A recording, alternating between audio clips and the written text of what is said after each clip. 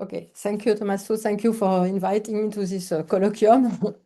I'm very happy to give this talk. And I will present you a work we are just finishing with my co-author, Nicolas Champagnat, Sepideh Miraimi, and Vietti Tran. And that's a question we had in mind since a very long time, in fact. And I think that now we had the good answer. So our motivation for our concerns evolutionary biology, and so we are interested in the modeling of evolutionary population dynamics, and in particular in looking for the dominant evolutionary path in large population. Some years ago, we modeled the dynamics of population of bacteria, and we knew that there was a trade-off between demography and gene transfer. And making simulations, we observed that we could observe such sort of a picture where we observe some strains of bacteria population, and which seems to disappear, and there were re-emergence of this population. So here you have the time, and here's the type distribution, the trait distribution. And we observed re-emergence from something which appeared to be a very few numbers of individuals. And so we try to understand such sort of picture by stochastic tools, but it seemed to be very hard. And so we really needed some deterministic approximation to better understand the dominant evolutionary trajectories. But the problem was that we really needed to keep track of the small populations. So the question was really how to take into account this small population in a large population approximation. So the main assumption we have here is we consider asexual clonal reproduction, except when we have mutation. And in what follows, we will assume that the mutation will have a very small effect. So as I said, this talk is in the framework of this talk is the modeling of evolutionary biology, and usually the biological assumption, at least for asexual population, are a large population, rare or small mutation, and of course we work on a long term and long time scale.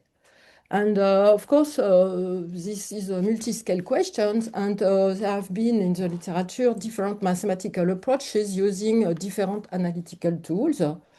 Certainly, 30 or 40 years ago, the first tools appeared. So the first paper is certainly due to Maynard Smith, but then there were papers in game theory, in particular by Hofbauer and Zygmunt, and many models came from game theory or dynamical systems. And then I will explain why later, but a group of people around Benoit Pertam and developed a partial or integro-differential approach. And this partial differential describes the dynamics of population density.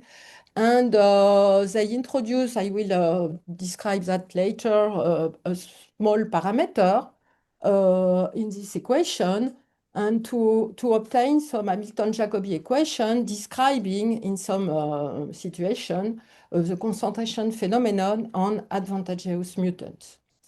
And so that's all the work between Benoit, Sepideh, and Barnes in the seminal paper and other authors. And so that explain that could explain evolution, but the evolution seemed very fast with this approach. In the same time, with a stochastic tool, we try to also to understand this concentration phenomenon and dominant traits. And so based on the seminal paper by Bolker, Pacala, and Kisdi and Dickman Low, we developed a method based on birth and death processes but with some assumption, some separation of scales, of time scale assumption, we obtained some also some result with probabilistic tools. But here the assumption we did make the evolution very, very slow. And so we have question in mind first how all these mathematical approaches are related. We wanted to obtain results from the stochastic approach with less rare mutation, we could say, or not, or mutation which are uh, small but not rare. And from the deterministic point of view, the question was, as I said previously, how to keep track of small subpopulation and then of possible local extinction and deterministic approximation, and specifically on these Hamilton-Jacobi equations. Okay, so I describe our aim here, our goal in this talk is to derive some Hamilton-Jacobi equations, some specific Hamilton-Jacobi equation, but directly from the stochastic model. So I describe the individual Bayes model we are interested in. So first, we introduce a parameter that I call K, which can be seen as a carrying capacity, which can be seen as the order of the population psi, and it will also scale the mutation step, the mutation amplitude. And we assume that each individual is characterized by a quantitative trait X belonging to R. And if an individual has the trait X, it will have a reproduction rate B of X, and which will be a clonal reproduction rate. That means the offspring will inherit of the trait of the parent. And there is a rate of mutation, P of X. And when there is a mutation at the reproduction event, then the offspring inherits of the trait X plus Y over logarithm of K. And the Y is chosen according a law, which can be a Gaussian law. G of Y can be the Gaussian kernel or any kernel with exponential moments. And we assume that there is a death rate, D of X, and we assume that B, D, P are locally Lipschitz continuous bounded, and that's.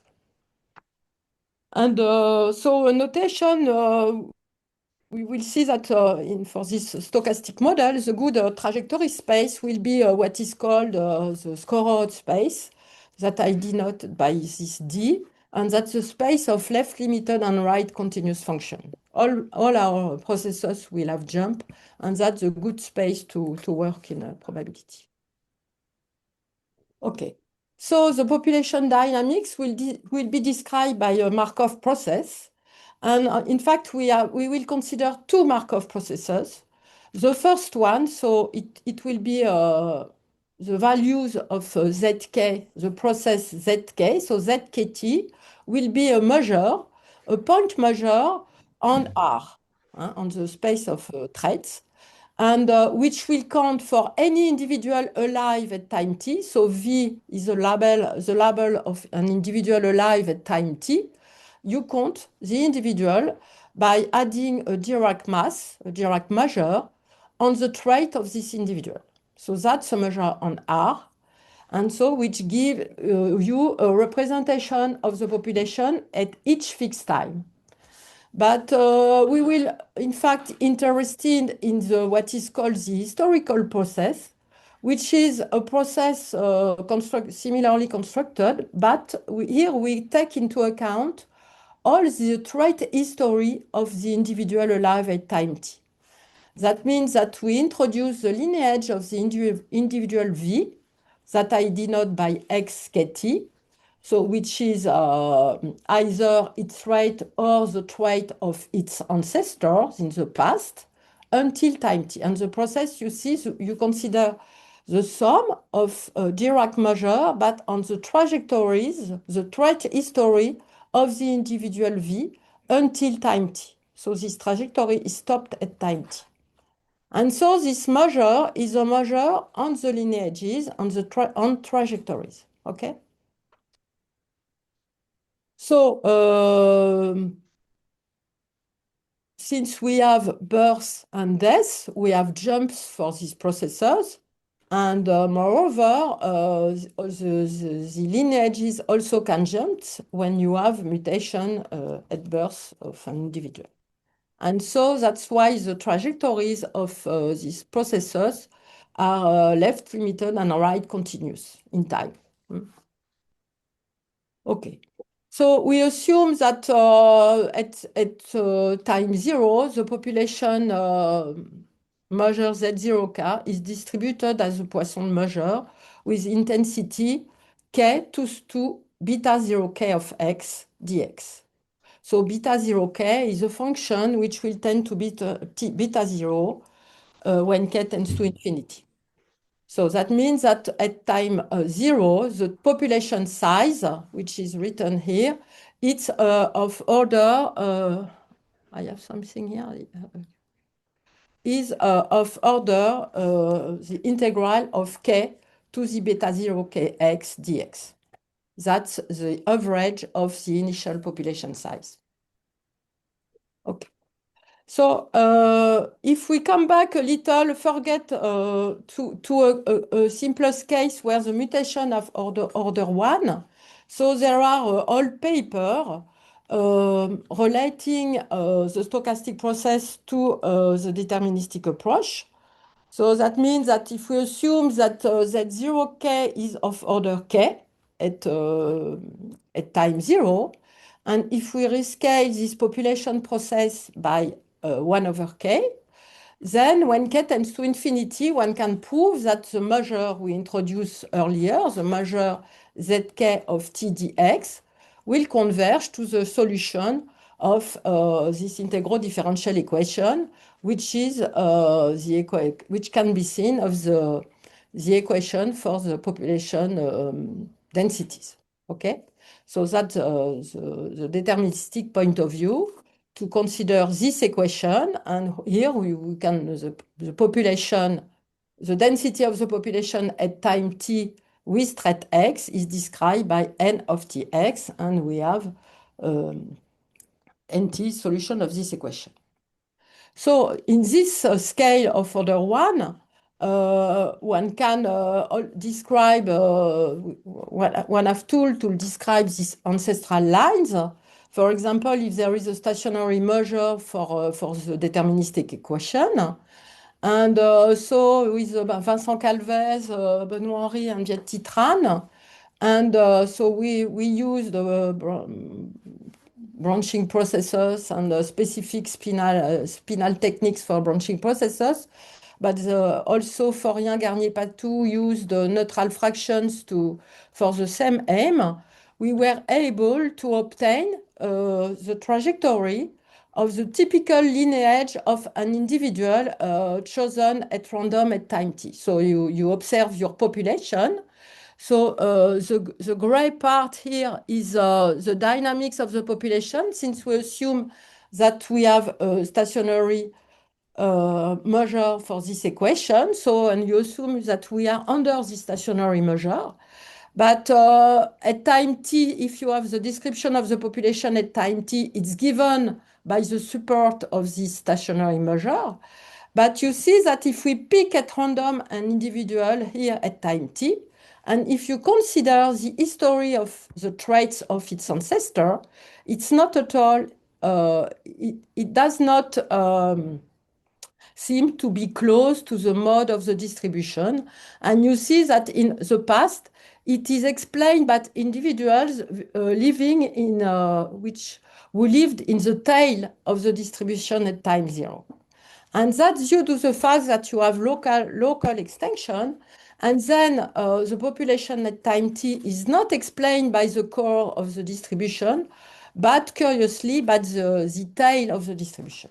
Okay, so that shows you the impact of these local extensions.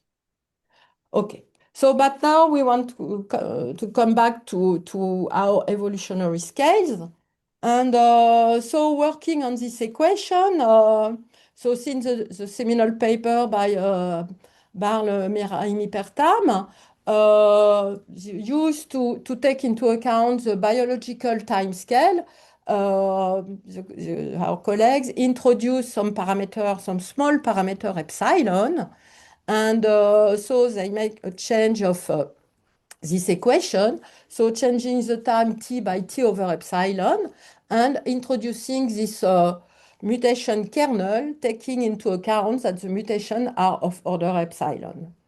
And then they obtained this equation, and of course the aim was to get information when epsilon tends to 0. And to do that, they introduce the Hopf-Call transformation, and considering now u epsilon, which is this exponent in this exponential point of view, meaning that you see u epsilon is equal to epsilon logarithm of n epsilon. Okay? And then they obtain, it's really a straightforward computation, this equation for u epsilon. And you see that when epsilon tends to 0, at least heuristically, p of x plus epsilon then tend to p of x if p is continuous, and then you will obtain exponential to z times point the derivative of u with respect to x. And that's what they did. And in fact, they obtained this theorem that when epsilon tends to 0, the sequence u epsilon converges uniformly to the viscosity solution, which is a unique under good assumption of this equation. Okay? But this equation, you see, has been obtained from the deterministic density, population density equation, which can be seen as the average of the stochastic population.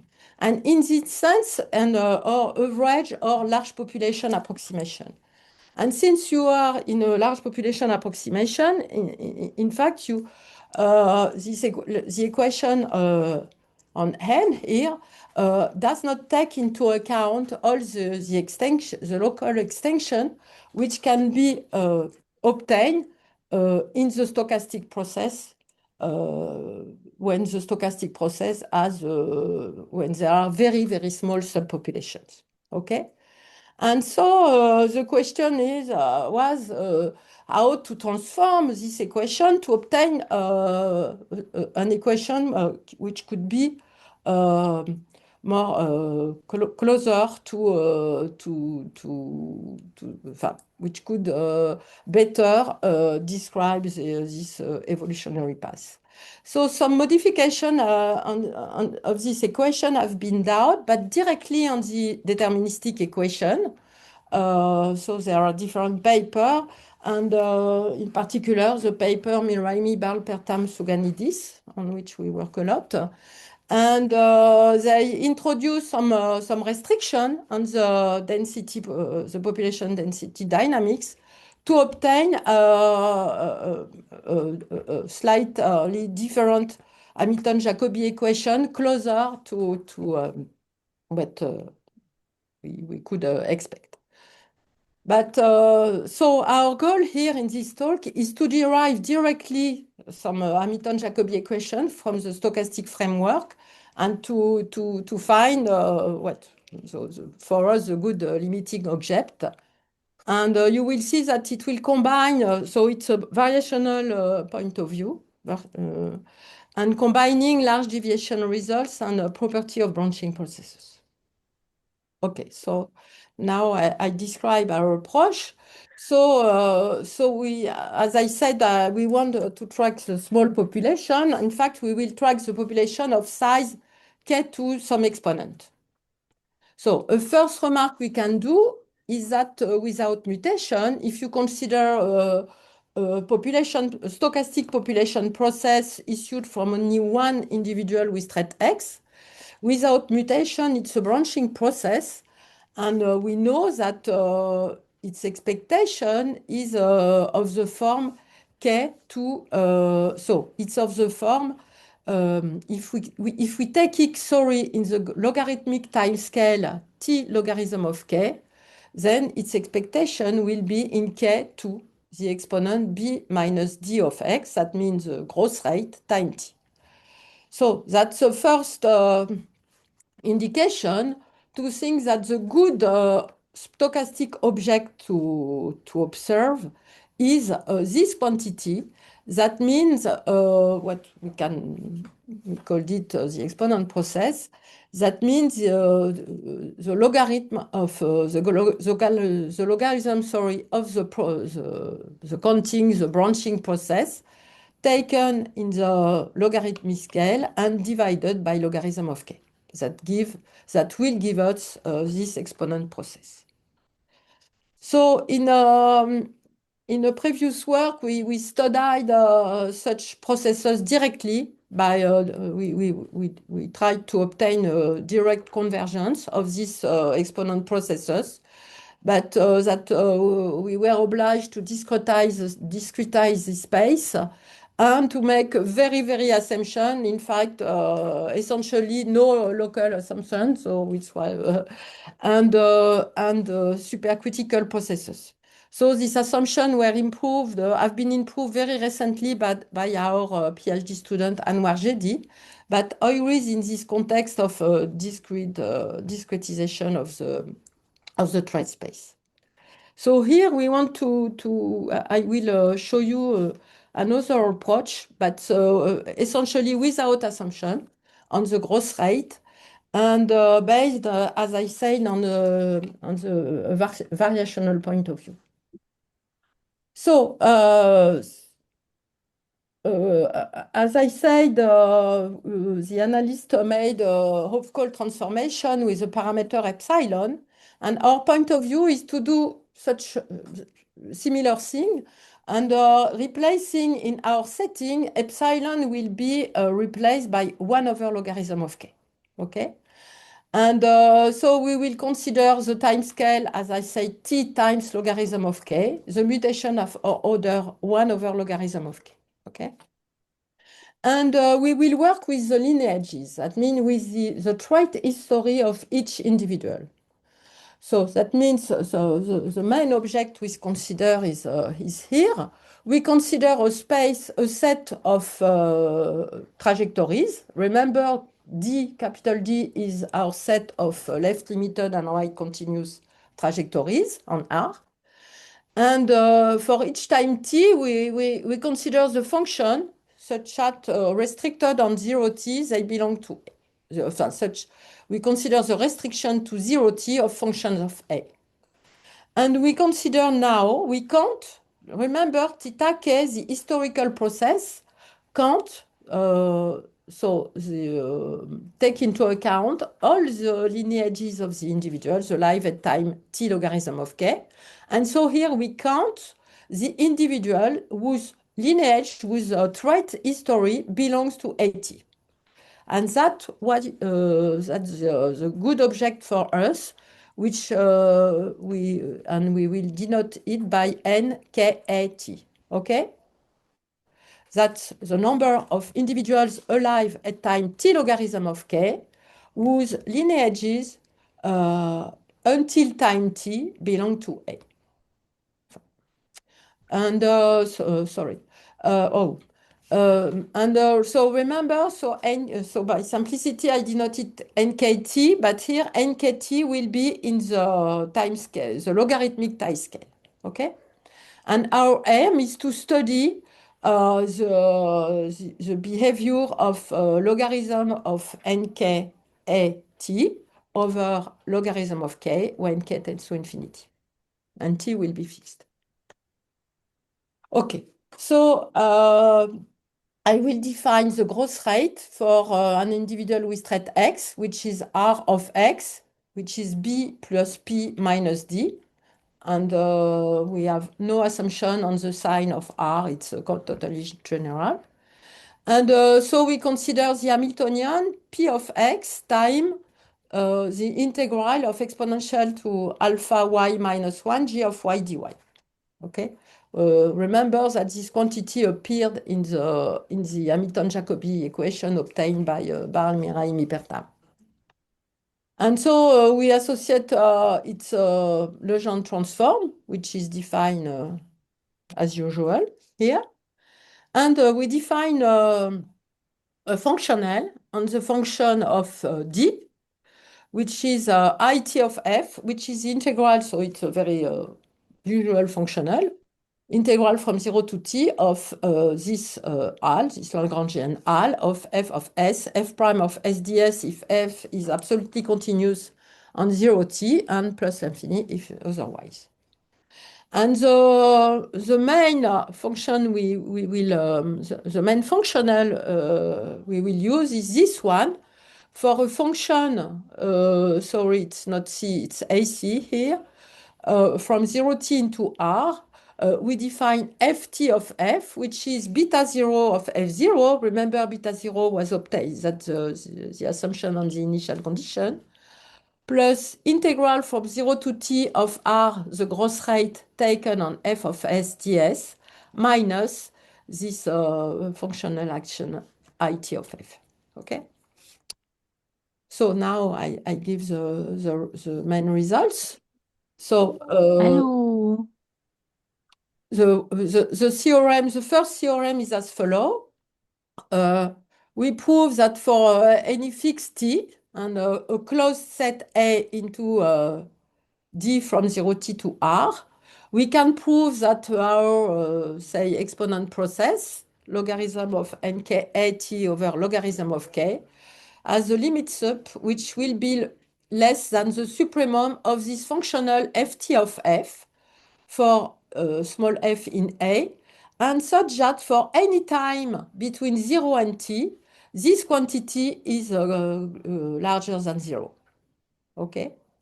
So here we have an upper bound, and for any open set J, we have a lower bound, which is given which has the same form, except here we have a strict positivity. Okay? So that's a stochastic process we obtain, the control of such quantity for closed set A or open set G with this quantity, which is related to this functional capital Ft. Okay?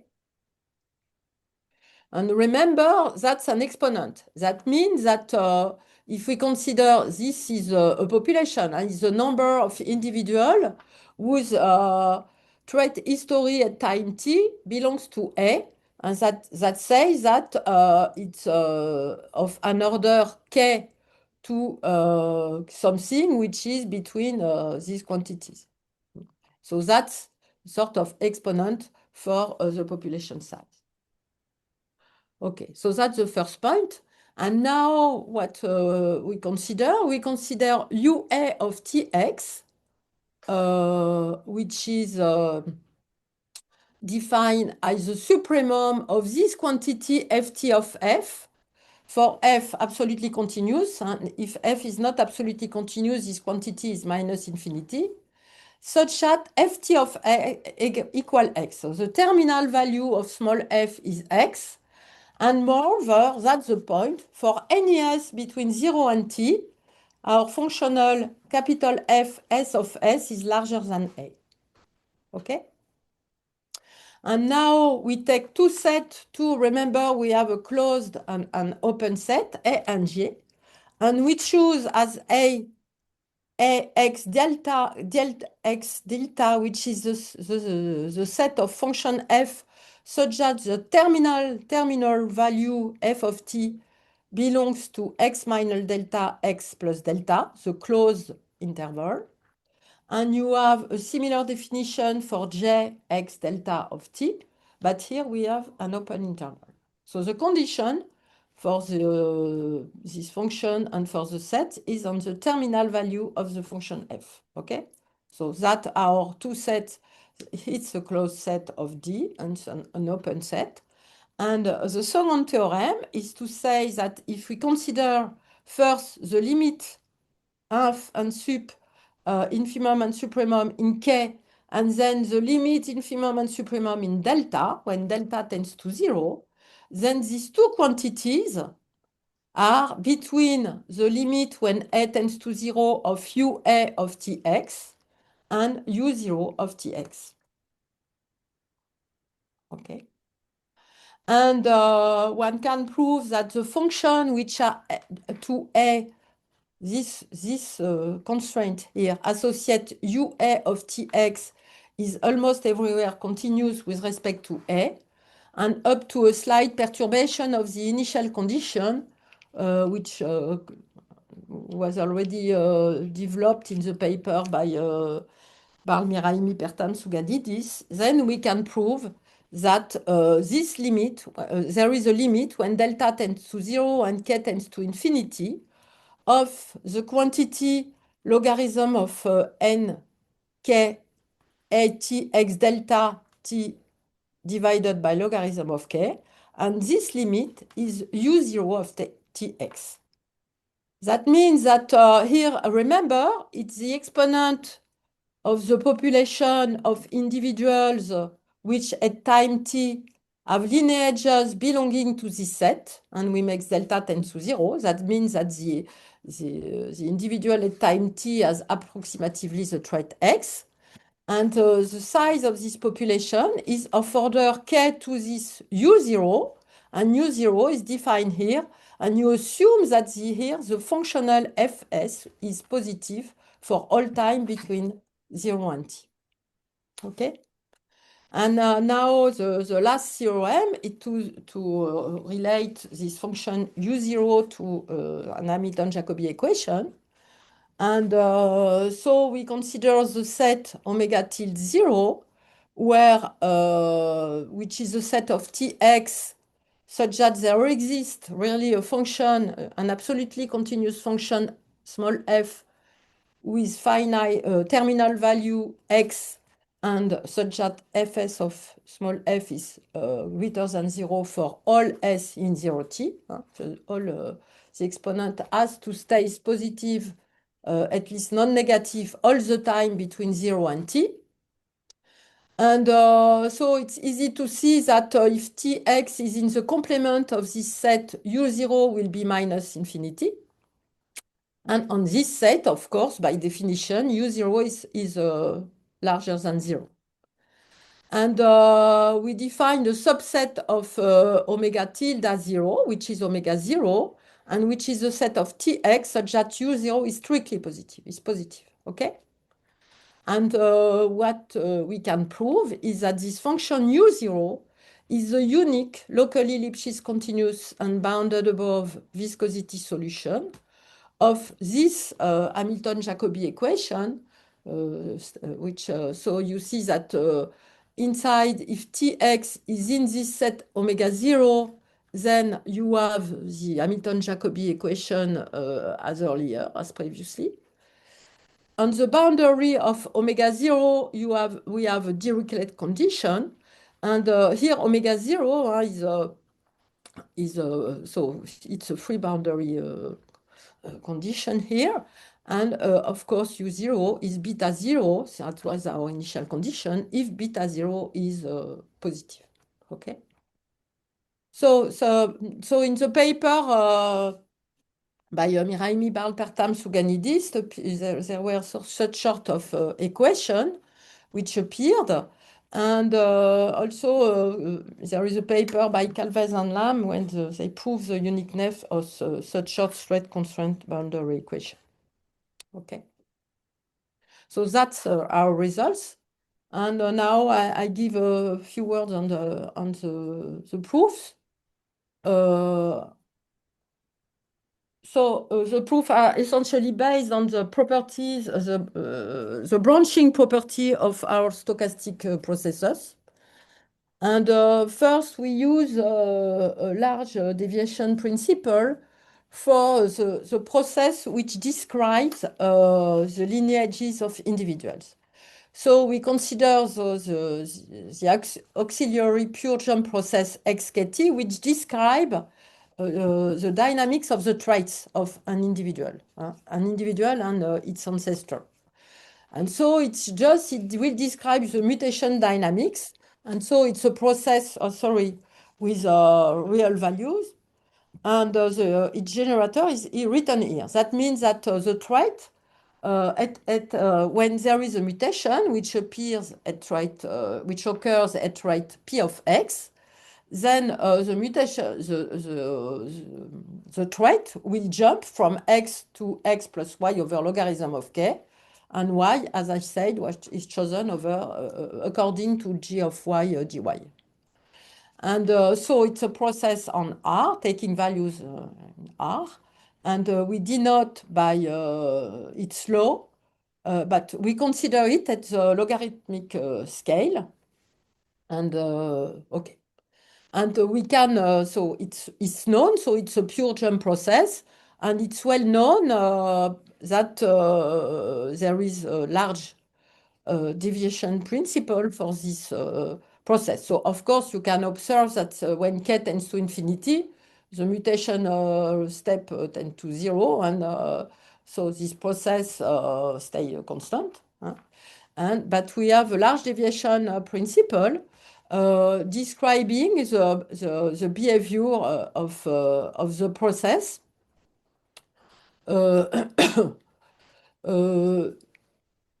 When k tends to infinity, and saying that if you have a subset A, which is now which is a set of functions, huh?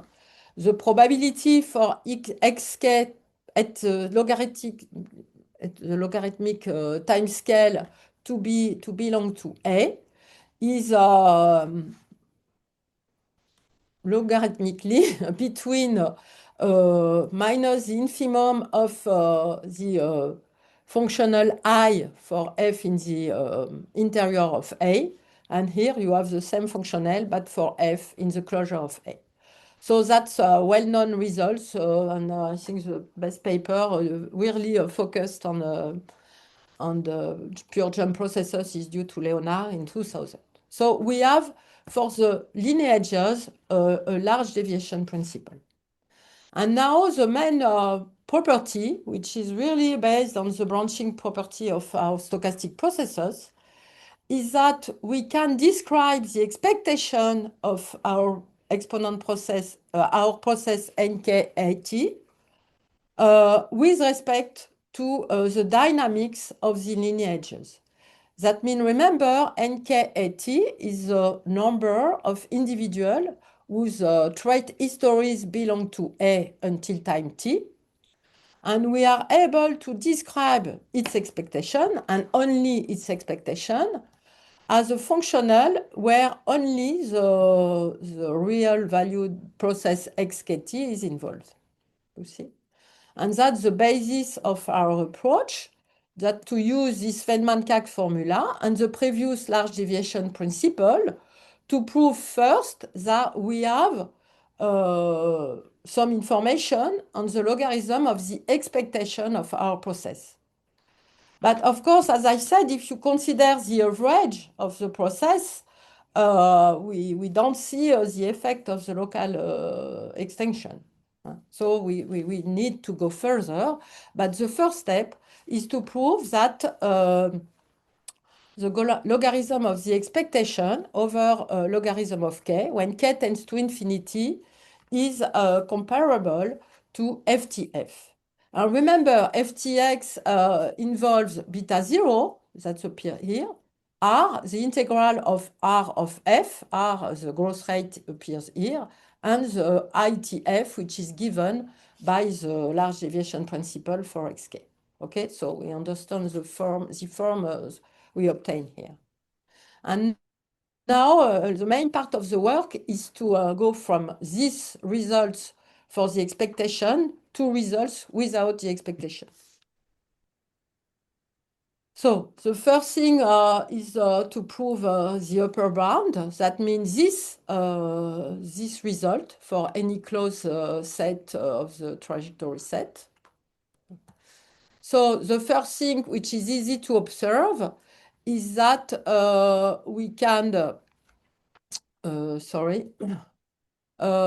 we can use standard Markov inequality to control the probability that nkat, our process, is larger than k2ft of s plus something, some delta. And by using the previous property, we can show that for any fixed delta and k large enough, the probability that nka is larger than k to the ft of a is small. And ft of a is just the supremum of fts. For the moment, we forget that. So just only by a Markov inequality, using the result we obtain on the expectation, we obtain this result on the process, that the logarithm of the process nkt over logarithm of k is less than ft of a. But of course, now we have to obtain this constraint. The constraint that in the supremum, we want to add, we want to consider only the function such that fs of s is positive. Okay. So, and to do that, we remark that, so we have nk80 is a counting process. It just counts individuals. So it has integer values. And so it follows that almost surely the logarithm of this quantity over logarithm of k will be minus infinity when k is large enough if ft of a is strictly negative. That's due to the property of exponents. And now to prove this property, we first prove it for a compact set by, so we prove that A is included in a as usual, in a finite number of balls, and which, so it's a very technical part. And on these balls, for radius small enough and the center of the balls well-chosen centers, a ball on the trajectory space. So we can obtain the property for A compact and then go from A compact set to A closed set by exponential tightness argument. Okay. And now if I give you idea for the almost sure now lower bound, which is this quantity. And so the trick here was inspired by first paper by Berestiki, Brunet, Harris, and Roberts, and another one by Malin. We had similar problems for Brownian paths, Brownian trajectories. And the idea is to fix now a function which is absolutely continuous, since we assume that it of f is finite, and we assume that fs of this fixed function f is strictly positive for all s less than t. So we fix f, and we consider a tube around this particular trajectory f. Okay, so it's a ball for the score distance, which is a specific distance on d. But since f is continuous, it's almost the uniform distance. So we have a tube. You have a trajectory f, small f, between 0 and t, and you take a tube of width epsilon around this function. And we want to count the number of stochastic lineages which belong to this ball. Okay? And that, at the logarithmic time scale, that's what we call nk epsilon f t. That's the number of lineages belonging to this ball on the interval 0 and t logarithm of k. And what we prove that the lemma, we could say the main lemma, because it took a lot of time to prove it, but we prove that almost surely for small epsilon, the size of the tube small enough, the limit of logarithm of this quantity, the number of lineages belonging to the tube over logarithm of k is larger than ft of f.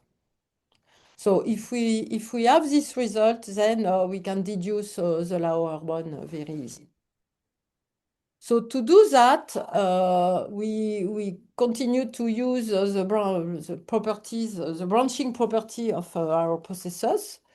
And the main trick is to obtain an estimate for the second moment of this quantity. And remember, the number of individuals whose lineage belong in the tube around F.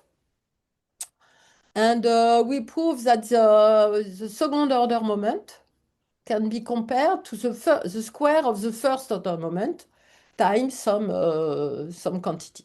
Delta prime for any delta prime, we have this quantity. So, and to do that, here we have the number of individual square, and that means that we have three terms. We have the square term and the product terms. And so we really use stochastic tools. We count the individuals which have a common ancestor belonging to 0t, or the one which don't have any common ancestor on 0t. And we use branching specific stochastic properties of the branching processors, and to finally obtain such sort of estimate. Okay? And from this estimate, by Cauchy-Schwarz inequality, we can control the fact that this quantity is larger than K2 FTF up to some small parameter, and conclude for the proof of the Leber. Okay. So, and okay, I will stop here. So it's I try to explain the stochastic ideas leading to the proof. I hope to to have been clear enough. Thank you.